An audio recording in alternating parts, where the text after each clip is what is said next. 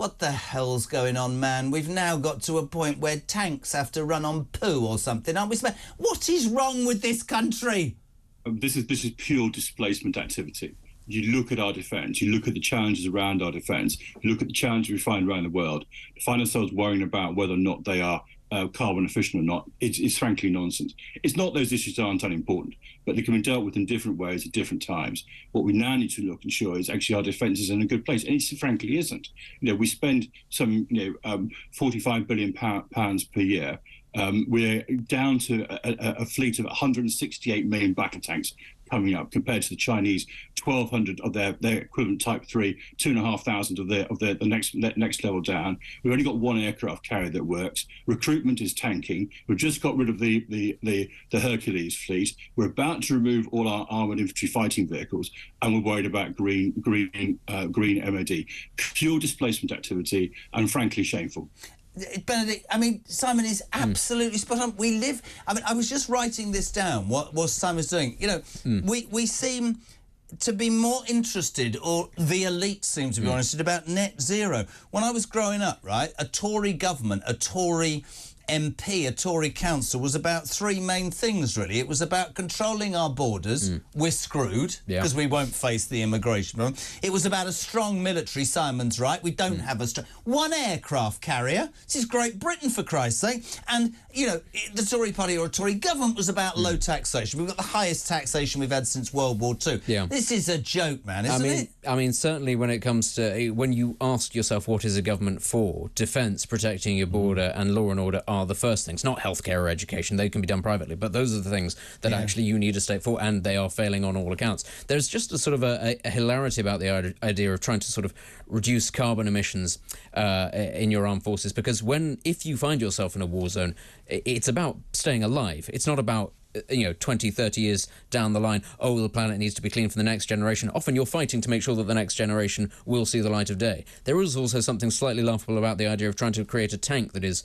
carbon neutral, given that it will probably be firing armour-piercing rounds which are tipped with depleted uranium, which is quite a relevant point. It is. It's one of those things where you're kind of thinking, OK, so you want to drive it, you want to be perfectly clean, but you have no qualms with shooting that ammo dump or that silo or indeed that oil pipeline because it's going to hinder your enemy.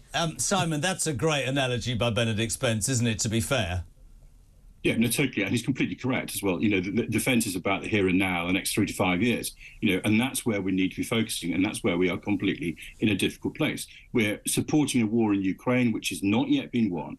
We've got West Africa basically in a state of collapse, 3 coups over 3 important countries, and there's no means of sorting those out, and China as emerging strategic threat. Those are the issues, and these are not being addressed properly at the moment and it's not just the House of Commons Defence Committee. House of Commons Defence Committee represent the House of Commons. So where is the voice of MPs on both sides of the House challenging the government, properly challenging the government, saying where is a secure defence for our country? I'm quite surprised. Isn't Tobias Ellwood the leader of the Defence Select Committee? Is he?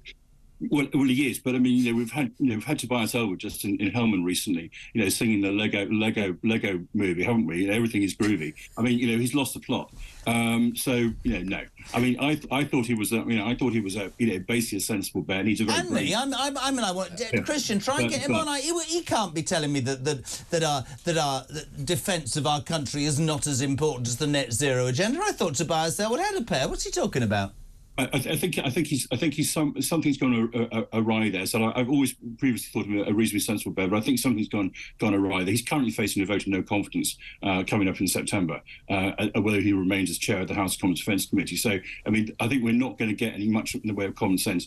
But regardless, it's not just the committee. It's not even just the chair of the Defence Committee. It is Parliament. Parliament is there to hold the government to account, and that's currently not happening. Look at what we're doing. We're spending a lot of money. We're playing like 4th or 5th largest defence expenditure in the world. But are we getting any kind of bang for that buck? The answer is no. And those are the issues that we need to do. Rishi Sunak, when he promised 100,000 rounds to Ukraine, quite right too, had to go to Germany to get them bought, get them produced. That's the state of our defence. Our defence is in a terrible state. I would love... Simon, I would love to just come and do this one day and not think we're screwed. We're soft. We've got a soft underbelly.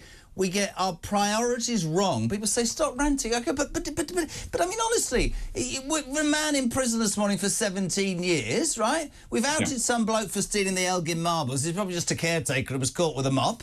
We've got an army that apparently now they want to be more green than... I give up. Simon Diggins, as ever, a real pleasure. Thank you very much indeed.